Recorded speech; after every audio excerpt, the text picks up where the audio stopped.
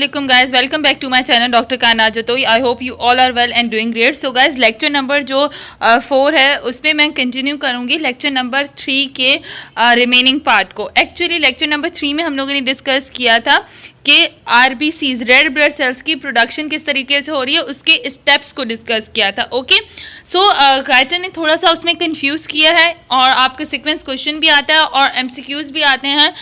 तो इससे रिलेटेड मैंने नोट्स प्रिपेयर किए हैं ताकि आप लोगों के सारे मेन पॉइंट्स जो हैं वो क्लियर हो जाएं. ठीक है, लेक्चर नंबर 3 को फुल देखिएगा ताकि उसमें आपकी बेसिक्स क्लियर हो जाएंगी. अब उससे रिलेटेड जो नोट्स हैं या इस क्वेश्चन को किस तरीके से जो है बेस्ट वे में आप मेमोराइज कर सकते हैं और कौन कौन से एमसीक्यूज आते हैं वो सारी चीज़ें मैं यहाँ पे डिस्कस करती हूँ. सो ये डायग्राम ओके, ये पॉइंट हम लोग डिस्कस कर चुके हैं. ठीक है, मीन्स के PHSC CFUE, फिर उसमें से प्रो इरेथ्रोब्लास्टिक हमारे पास स्टेज होती हैं. ठीक है, उसके बाद बेसोफिलिक इरेथ्रोब्लास्ट होते हैं, पॉलीक्रोमेटिक क्रोमेटोफिलिक इरेथ्रोब्लास्ट होते हैं, ऑर्थोक्रोमेटिक इरेथ्रोब्लास्ट होते हैं, रेटिकुलोसाइट्स होते हैं एंड इरेथ्रोब्लास्ट होते हैं. ठीक है, इस डायग्राम को लेक्चर नंबर 3 में मैं डिटेल से डिस्कस कर चुकी हूँ. सो आप लोग वो जाके देख लें एक बार. ठीक है, उसके बाद इस चीज़ के आप लोगों को क्लियर पिक्चर नहीं मिली थी तो इसको भी एक बार जो है आप स्क्रीनशॉट निकाल के अपने पास राइट डाउन कर लें क्योंकि इसमें से एमसीक्यूज आते हैं. The whole process takes the 7 days, means के स्टेप्स ऑफ रेटिकुलर्स आरबीसीज का जो होल प्रोसेस है उसे 7 दिन लगते हैं. ठीक है, it's requires the 5 days up to the stage of reticulocyte. Reticulocytes तक पहुंचने के लिए उसे 5 दिन लगते हैं. Reticulocytes take 2 more days to become the mature RBCs, और उसके बाद जब वो ब्लड में आरबीसीज जाते हैं बोन मैरो से ट्रांसफर होके तो उसे 2 मजीद दिन लगते हैं. Synthesis of haemoglobin occur in the pro erythroblastic stage. जो सिंथेसिस है हमारे पास इसकी हीमोग्लोबिन की वो प्रो इरेथ्रोब्लास्टिक स्टेट में स्टार्ट हो जाती है. Appearance of haemoglobin occurs in the intermediate erythroblast. अच्छा, इंटरमीडिएट इलेक्ट्रोब्लास्ट में हमारे पास जो है मीन्स के जो सेकेंड स्टेप था बेसोफिलिक हमारे पास इरेथ्रोब्लास्ट ने उसके अंदर ही स्टार्ट हो जाती है अपीयरेंस ऑफ हीमोग्लोबिन. ठीक है, अपीयरेंस ऑफ हीमोग्लोबिन स्टार्ट होती है, कंडेंस वो आगे चल के उसकी फुल कंसिडरेशन नेक्स्ट स्टेप में होती है. ठीक है, ink spot nucleus is appear at the late normoblast stage. Late normoblast stage पे, ठीक है, जो लास्ट जो हमारे पास लेट नॉर्मोब्लास्ट स्टेज होती है वहाँ पे न्यूक्लियस की अपीयरेंस हो जाती है. अच्छा एक मिनट, इंटरमीडिएट इरेथ्रोब्लास्ट क्या होते हैं, लेट नॉर्मोब्लास्ट स्टेजेस क्या होते हैं, वो सारी चीज़ें मैं आप लोगों को डिस्क्राइब करती हूँ आगे चल के वो डिफरेंट तरीके से. अभी फिलहाल जो पॉइंट डिस्कस करें उन्हें जहन में रखें. In the new born babies reticulocyte count is 2 to 6 of the RBCs. 2 to 6 reticulars are present for every 100 RBCs. ठीक है, देखो मैंने ये आप लोगों को पहले भी डिस्कस कर चुकी हूँ. गाइडन में ये डिस्कस किया गया है कि नॉर्मल रेटिकुलोसाइट्स की जो होती है वो 1% होते हैं. ठीक है, ऑफ आरबीसीज.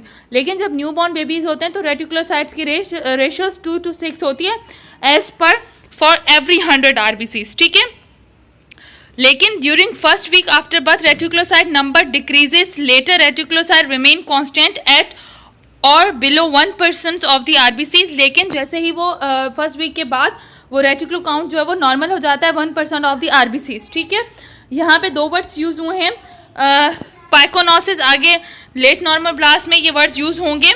पाइकोनोसिस का मतलब होता है the process of which nucleus disappear is called the pyknosis and diapedesis is a process of squeezing out mature reticulocyte and erythroblast from the bone marrow. Means कि डायपेप्टाइड्स क्या होता है, जो प्रोसेस हो चुका था रेटिकुलोसाइट्स की सुक्वीज जो होते हैं मीन्स के बोन मैरो से, जो वो बोन मैरो से आरबीसीज में रेड ब्लड सेल उसमें ब्लड में आरबीसीज जो मूव करती हैं वो कौन सा प्रोसेस होता है, डायपेप्टाइसिस होता है. ठीक है, सो इसकी भी आप एक बार स्क्रीनशॉट लेके अपने पास ये पूरा प्रोसीजर जो है वो डायग्राम का स्क्रीनशॉट लेके अपने पास नोट कर लें. ठीक है, उसके बाद ये मेन पॉइंट है एमसीक्यूज पॉइंट ऑफ व्यू से, ये भी आप जो है वो अपने पास नोट कर लें. अब हम लोग नेक्स्ट क्वेश्चन की तरफ मूव करते हैं. ठीक है, ये चीज़ें मेन है तो क्या आप लोगों को आनी चाहिए. ओके, देखो कुछ बुक्स में जो कुछ शॉर्ट बुक्स आपको मिलेंगी, ठीक है, वहाँ पे स्टेजेस ऑफ इरेथ्रोपोइसिस. इरेथ्रोपोइसिस वही प्रोडक्शन ऑफ आरबीसीज. ठीक है, maturation of the red blood cells और यहाँ पे production of the RBCs from the stem cells. अब देखो कुछ बुक्स में आपको ये प्रोसेस भी आएंगे. ठीक है, मीन्स के जो बेजोफिलिक इरेथ्रोपोइस ब्लेड्स था उसे अर्ली नॉर्मोब्लास्ट कहेंगे. पॉलीक्रोमेटिक इरेथ्रोब्लास्ट को हम लोग जो है वो इंटरमीडिएट नॉर्मोब्लास्ट कहेंगे. ऑर्थो ऑर्थो जो है हमारे पास, जो ऑर्थोनॉर्मोब्लास्ट इरिथ्रोब्लास्टिक था हमारे पास, उसको हम लोग लेट नॉर्मोब्लास्ट कहेंगे। इस तरीके से मीन्स के मैं बता रही हूँ आप लोगों को, ये जो प्रोसीजर था, ये प्रोसीजर ऑर्थोक्रोमेटोफैलिक इरिथ्रोब्लास्ट, ये वाली डायग्राम, ठीक है। कुछ बुक्स में ये इस तरीके से भी डिस्क्राइब होता है जो गाइटन की मेन है, लेकिन इन्हीं के आप समझे दूसरे सेकंड नाम क्या है हमारे पास, वो इस तरीके से सेकंड नाम्स होते हैं, ठीक है। ये स्टेज है, तो इसमें आपको ये वाली डायग्राम भी आप एक बार नोट कर लें, ठीक है। इसमें कुछ भी नहीं है, वही सेम चीज़ है।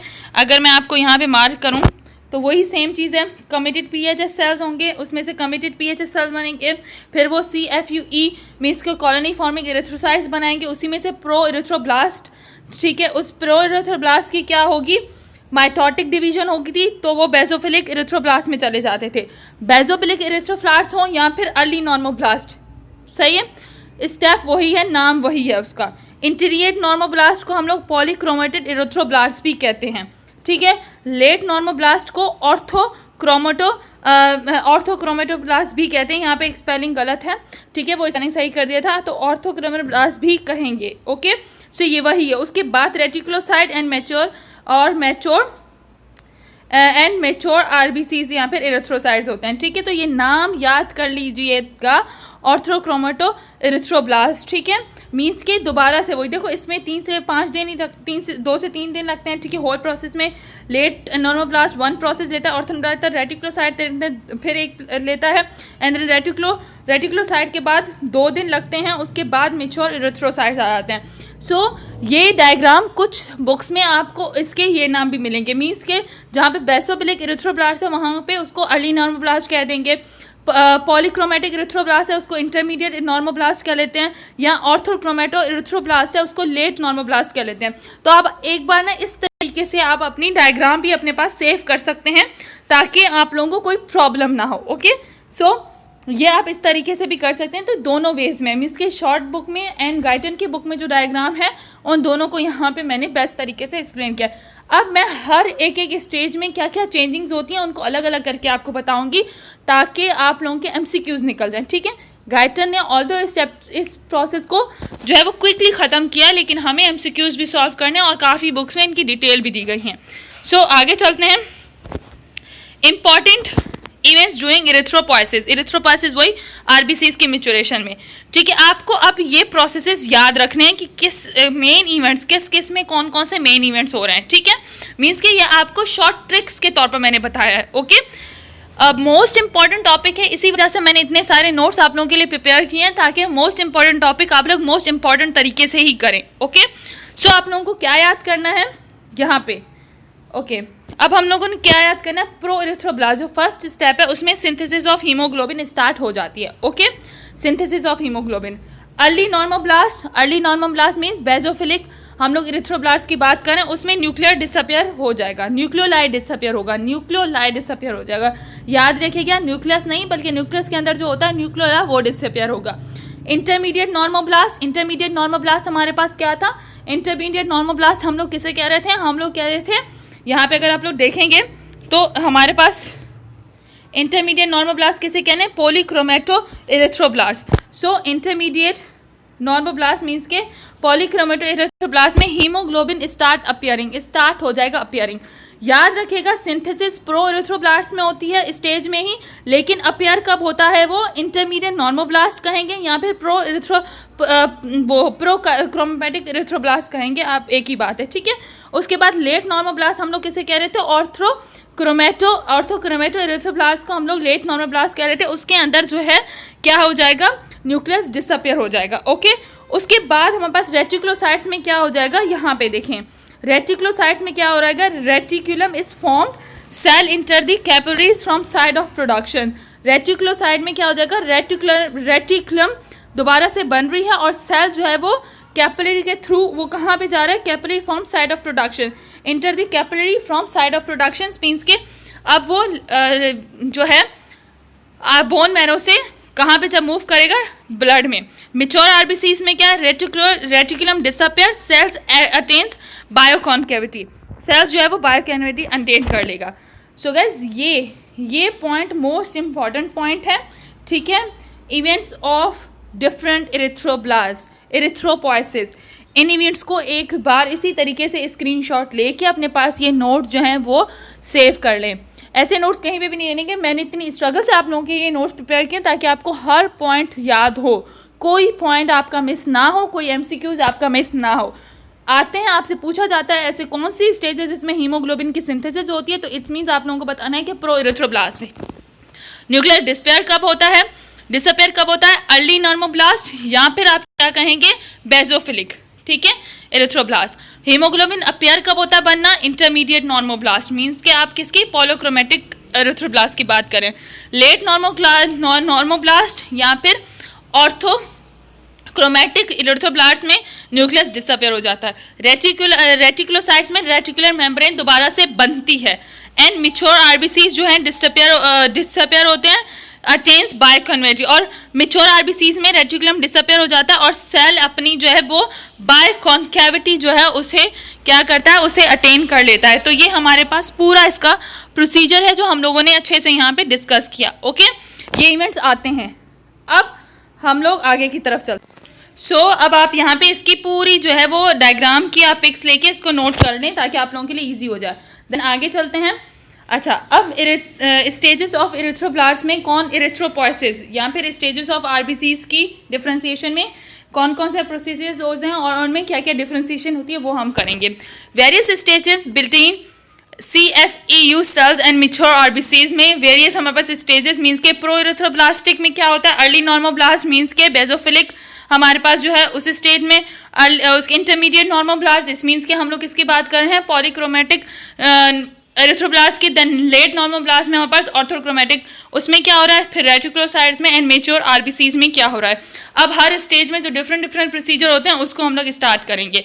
ओके, प्रो इरिथ्रोब्लास्ट मिगोब्लास्टिक मिगेलोब्लास्टिक, इसके अंदर क्या क्या होता है वो प्रो इरिथ्रोब्लास्ट और megaloblastic is the first cells derived from the CFU, very large in size, diameter 20 micrometer, nucleus is large, contain 2 or more nuclei. Proteoblast does not contain the hemoglobin. Okay, cytoplasm is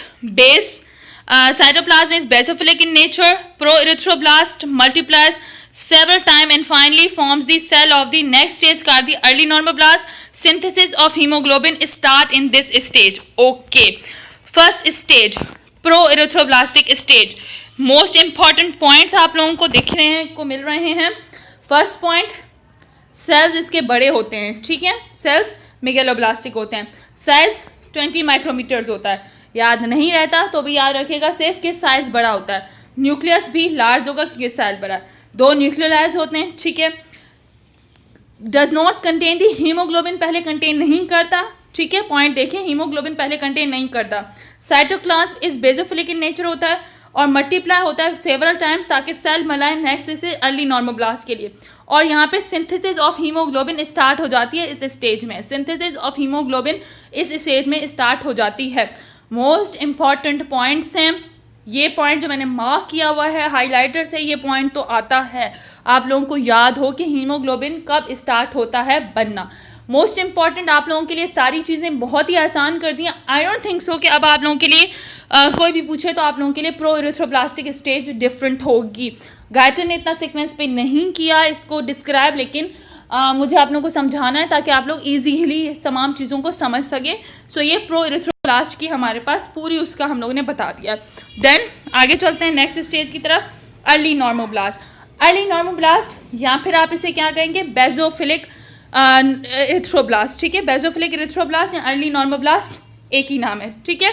इसमें क्या क्या points आप लोगों के हैं, early normoblast is little smaller than pro erythroblast with the diameter about 50 micrometre diameter, ये थोड़ा सा छोटा है, ओके।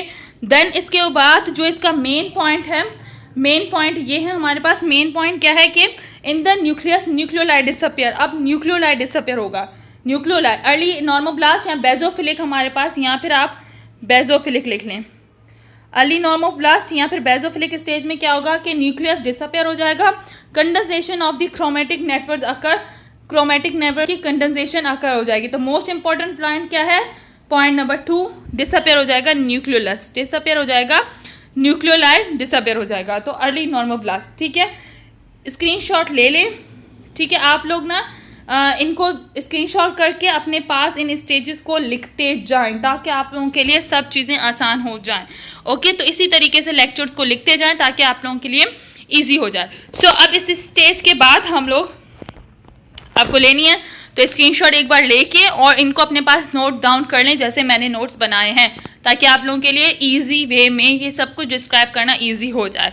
आगे चलते हैं। ओके, स्क्रीनशॉट ले ली होगी आप लोगों ने। अब हम लोग थोड़ा सा आगे चलते हैं थर्ड स्टेज की तरफ। ओके, सेकेंड स्टेज में अभी भी सेकेंड स्टेज में कुछ और भी पॉइंट्स हैं, वो भी कर लें।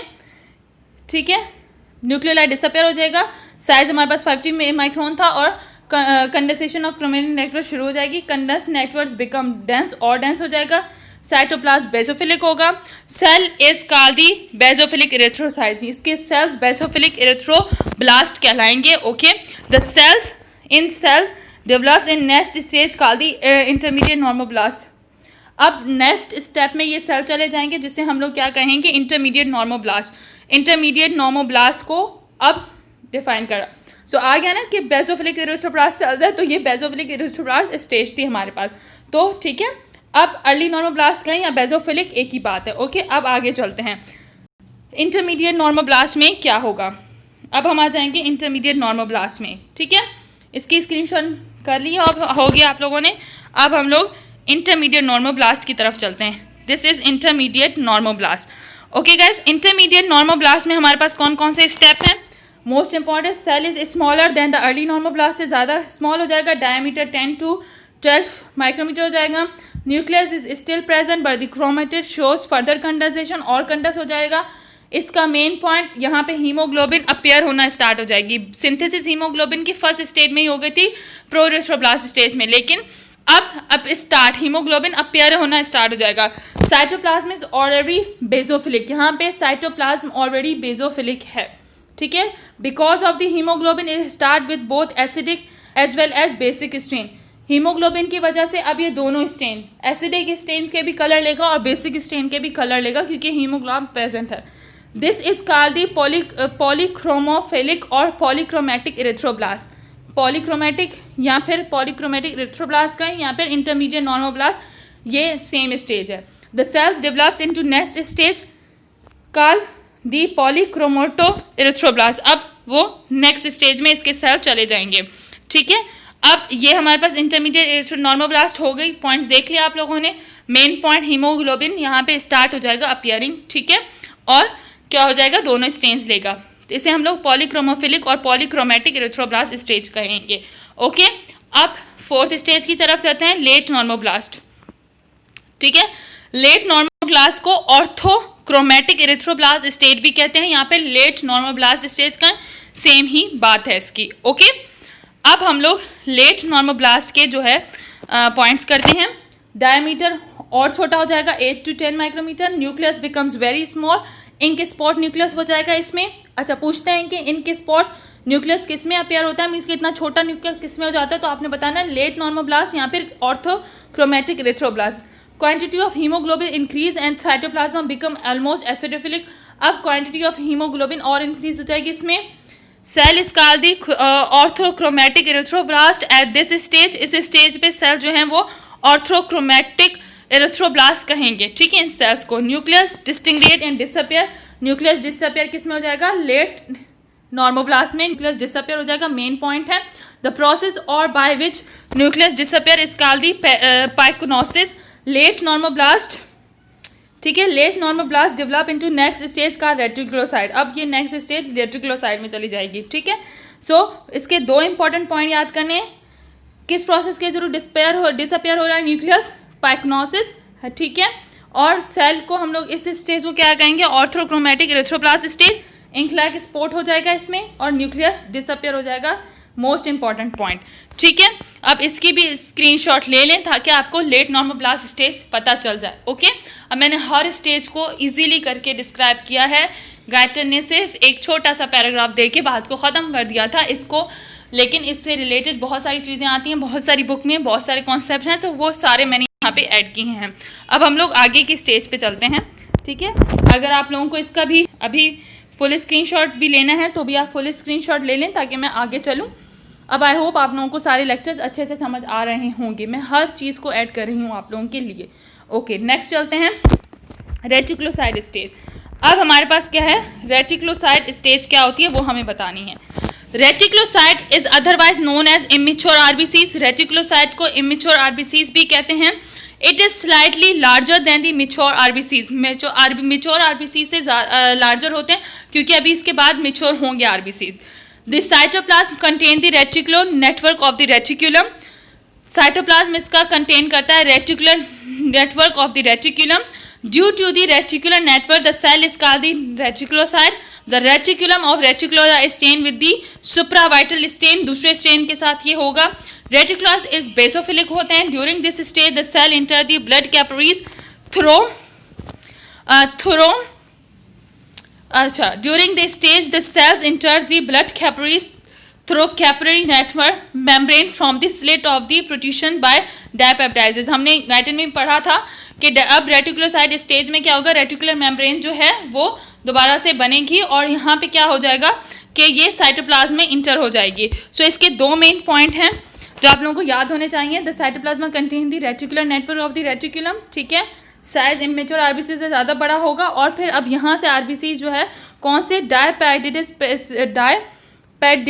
प्रोसेस के थ्रू WBC जो है वहाँ पे आरबीसी कहाँ पे ट्रांसफर हो जाएंगी, बोन मैरो से कहाँ पे, किस में हो जाएंगी, बोन मैरो से वो चली जाएंगी ब्लड में ताकि वहाँ पे मेच्योर हो सकें। अब आगे की तरफ चलते हैं। Okay, mature erythrocytes. Reticular network disappear. अब रेटिकुलर नेटवर्क जो है वो रीजनरेट कहाँ पे हो रहा था, पहली रेटिकुलोसाइड स्टेज में, अब वो डिसअपियर हो जाएगा। Cells became mature RBCs attain the biconcave shape, diameter 7.2 diameter हो जाएगा। तो ये साइज आप लोगों को याद रखना है, नॉर्मल साइज, ठीक है। Mature RBCs is with haemoglobin but without nucleus. Haemoglobin होता है लेकिन आरबीसीज में न्यूक्लियस नहीं होता, या आपको पता होगा। The cells requires 7 days for the development and maturation of the RBCs from erythroblast, ठीक है। अब सेल जो है वो मैचुरेशन के लिए और एरिथ्रोब्लास्ट में जाने के लिए 7 दिन इसको पूरे लगते हैं। ओके, आई होप अब ये सारी जो है आप लोगों के लिए, अब आप लोगों के लिए सब कुछ डिस्क्राइब इजी हो गया होगा। अब आप लोग इजीली जो है वो सारी स्टेजेस को पढ़ सकते हैं। रेटिकुलोसाइट्स हो गई, मेच्योर एरिथ्रोसाइट्स हो गए। सो यहाँ पे देखिए मैंने आपको पूरा आप लोगों को मैं आपको एक ओवरव्यू देती हूँ, ठीक है। ओके, मैंने आप लोगों को पूरा जो है वो बता दिया है। यहाँ से हम लोगों ने स्टार्ट किया था, ये पूरे देखें, ये पूरी आप लोगों का मैंने यहाँ से आप स्क्रीनशॉट स्टार्ट कर लीजिएगा। तो आप लोगों को ये सारी चीज़ें मैंने डिस्क्राइब कर दी हैं आपके लिए ताकि आप लोगों के लिए इजी हो सके, ठीक है। उसके बाद हम लोगों ने ये पूरी स्टेज एरिथ्रोसाइट्स की, फिर उसके बाद ये आपको MCQs के लिहाज से जो मैंने इतना सब कुछ स्टेज डिस्क्राइब की उनमें से कौन कौन से मेन पॉइंट्स हैं वो मैंने आप लोगों के लिए लिख लिए हैं ताकि आप लोगों के लिए ईजी हो जाए, ठीक है। देन अगर हम लोग आगे चलते हैं तो आगे स्टेजेस ऑफ एरिथ्रोब्लास्ट की एक stage, pro erythroblast stage, early normoblast हमारे पास हो गई, ठीक है। उसके बाद हम लोगों ने इंटरमीडिएट नॉर्मोब्लास्ट, नेट नॉर्मोब्लास्ट और रेटिकुलोसाइट एंड मेच्योर एरिथ्रोसाइट्स पे अपने लेक्चर को ख़त्म। सो गाइटर ने जिस तरीके से पूरे प्रोसीजर को डिफाइन किया था वो मैंने सारा डिस्क्राइब कर दिया डिटेल से नोट्स के साथ। आई होप अब आपके लिए ये लेक्चर बहुत ही इजी रहेगा। आप लोग इन नोट्स को स्क्रीनशॉट लेके और टाइम टू टाइम इन नोट्स को लिखते जाएं ताकि आप लोगों के लिए जो है वो फाइनल ईयर के लिए आप लोगों के लिए जब आपके एनुअल एग्जाम हो तो आप लोगों के पास सारे मटेरियल्स आपके पास पहले से मौजूद हो। आई होप ये लेक्चर अब आप लोगों के लिए इजी रहेगा। इसी तरीके से मेरी वीडियोस को जो है आप लोग लाइक करें, मेरे चैनल को सब्सक्राइब करें और मेरी वीडियोस को शेयर करें। इसके अलावा मैं नोट्स भी जो है वो साथ साथ आप लोगों को लेक्चर्स के साथ साथ नोट्स भी प्रोवाइड करती रहूँगी ताकि आप लोगों की अच्छे से तैयारी हो जाए। सो टिल दैट, अल्लाह हाफिज़ गाइस।